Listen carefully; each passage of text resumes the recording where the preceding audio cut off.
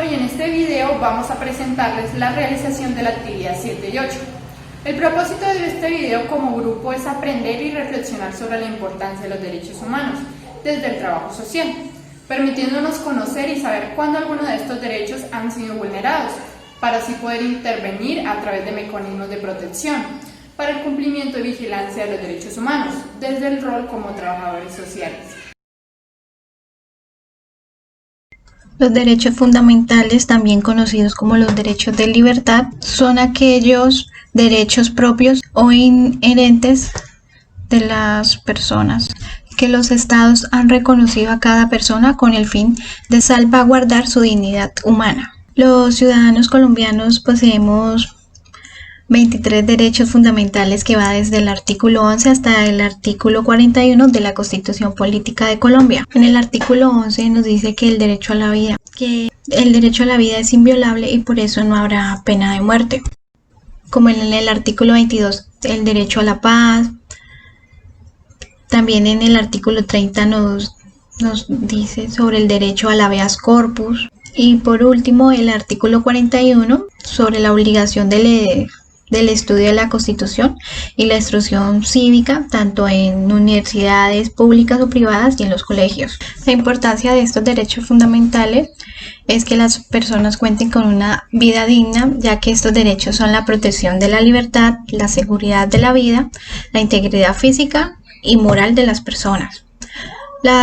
Una característica de este derecho es que estos derechos se encuentran recogidos o se puede decir recopilados en el ordenamiento jurídico de un país, en este caso, en el caso de Colombia, que es por la Constitución Política, asimismo como en los demás países que la Constitución Política de Chile. Lo que diferencia de los derechos fundamentales a los derechos humanos es que los derechos humanos son iguales para todo el globo terráqueo. En cambio, los derechos fundamentales son los que están constituidos en un país. No es lo mismo los derechos fundamentales de acá de Colombia a los de Estados Unidos, porque son diferentes en las constituciones políticas. Los derechos humanos nacieron a través de una ideología nueva por el rey Ciro el Grande de la antigua Grecia. Cuando sus ejércitos conquistaron a Babilonia, él liberó a los esclavos y estableció que todo el mundo podía ser libre en elegir sus creencias y estableció la igualdad racial.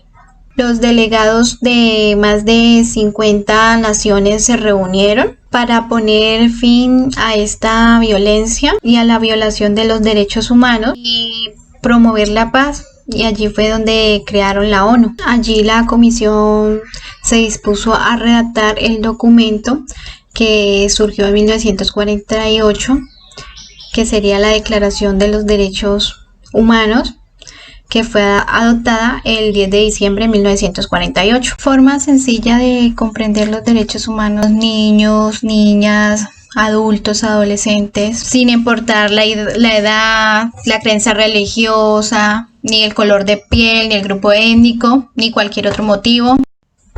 Desde el momento en que nacemos, tenemos derechos humanos. El principio fundamental de los derechos humanos es el respeto a la dignidad de las personas. La primera generación de los derechos humanos empieza a regir con la llegada de la Revolución Francesa en el siglo XIX. Es ahí mismo donde se da el reconocimiento de la dignidad humana como un hecho particular del hombre. Este planteamiento se venía dando desde el siglo IV por parte de los romanos, y de este planteamiento se empieza a buscar la protección, y de ahí es donde se empieza a dar lo que son los primeros derechos humanos. En esta época se dan varios hechos muy importantes, pero dos de ellos sobresalen más. El primero es que la autoridad absoluta ya no la tenía el monarca, sino que se da una división de poderes. Los poderes tanto ejecutivo, legislativo y judicial se encontraban divididos, esto dependiendo del régimen que tenía cada país. ¿Por qué se dio esto? La división del poder se dio debido a que los burgueses no estaban de acuerdo con el hecho de que la autoridad absoluta la tuvieran los monarcas y creían que esto le daba, las personas no tenían como esa libertad y pues no le permitía el desarrollo de la comunidad. El segundo aspecto es la creación de los primeros derechos, el derecho civil y el derecho político, los cuales trataban sobre la libertad y la participación en una vida política. Es ahí donde se empieza a hablar sobre el derecho al voto, el derecho a la elección y a ser elegido. Pero se crea un inconveniente debido a que por parte de los derechos políticos, este derecho al voto solo lo tenían los hombres en una primera instancia y las personas que tenían el dinero para pagar por este derecho al voto. Ya hablando de los derechos que se dieron o que se crearon en esta época, fueron el derecho a la vida como derecho fundamental, el derecho a la libertad de expresión, el derecho a la libertad religiosa, el derecho a un juicio justo y el derecho a la intimidad y muchos derechos más, los cuales fueron o dieron paso a la segunda generación de los derechos humanos para poder llevar todos estos problemas que pudieron generar o que no se solventaban con estos primeros derechos. Derechos de la segunda generación. Diferentes postulados presentan el nacimiento de los derechos humanos en dos épocas. La primera, a partir del siglo XIX, conjunta con los movimientos obreros y la lucha de los sindicatos, en el periodo de la Revolución Francesa, donde la sociedad es el titular.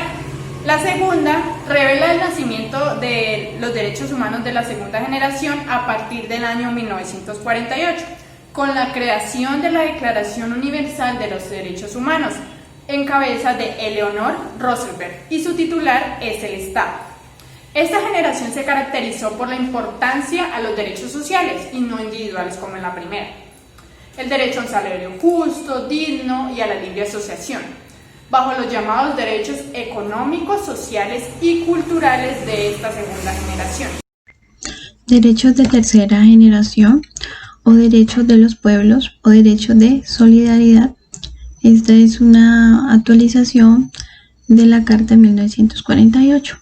Surge a finales del siglo XX y principios del siglo XXI. La finalidad de esta tercera generación es de fomentar relaciones de amistad entre las naciones y de promover el progreso social. Contempla cuestiones de carácter supranacional como el derecho a la paz y a un medio ambiente sano. También existe la autodeterminación de los pueblos, que es el derecho de un pueblo a elegir sus propias formas de gobierno, perseguir su desarrollo económico, como el social, cultural, y de estructurarse libremente. Algunos de los derechos humanos violados en la región del Meta son a partir de homicidios que se presentan principalmente en jóvenes, muchos de estos con signos de torturas inhumanas, donde muchos de estos jóvenes eran víctimas de los gota a gota o eran consumidores de estupefacientes o se dedicaban a la venta de estos, en donde se viola los artículos 3, 5 y 8, donde señala que se violan los derechos a la vida, a la libertad, y se corrompe a tal punto de las torturas crueles e inhumanas, sin oportunidad de un amparo jurídico que los proteja de estos actos de violación a sus derechos. El segundo caso de violaciones de los derechos humanos en la región del Meta son a partir de la discriminación de entes públicos como colegios o escuelas hacia los venezolanos para acceder a la educación básica y primaria, en donde se violan los derechos del artículo 1, 2, 6, 7, 13, 14 y 26, en donde el primer derecho violado es la educación. También se violan los derechos como la libertad, la dignidad de los derechos, por su etnia o lugar de procedencia, el idioma, la religión, la violación a los derechos de su reconocimiento jurídico y a la distinción discriminatoria de su nacionalidad. Muchos de nosotros o muchas personas discriminamos a los venezolanos por el simple hecho de no ser pertenecientes a nuestro país, y en este caso se le están violando los derechos humanos a los niños procedentes de este país. Mecanismos de protección de los derechos humanos. En una primera instancia encontramos la acción de tutela, en la cual se dicta que toda persona tiene derecho a reclamar por sí misma o otra persona que actúe en su nombre la protección de los derechos, de sus derechos fundamentales. Esto cuando se vean vulnerados o amenazados. Otro mecanismo de protección es el habeas corpus, en el cual se busca proteger la libertad individual. Este se lleva a cabo o se ejecuta cuando una persona es privada de su libertad de forma ilícita o por atropello por parte de las fuerzas públicas. En una tercera instancia tenemos el derecho de petición. Según el artículo 23 de la Constitución de Colombia, las personas pueden presentar una solicitud o una petición a las autoridades. Esto con el fin de obtener información, bien sea de interés general o de interés particular. En una cuarta instancia tenemos la acción popular, en la cual se busca reclamar la protección de los derechos e intereses colectivos, como son los servicios públicos, el cuidado de los espacios públicos, un ambiente sano, entre otros derechos.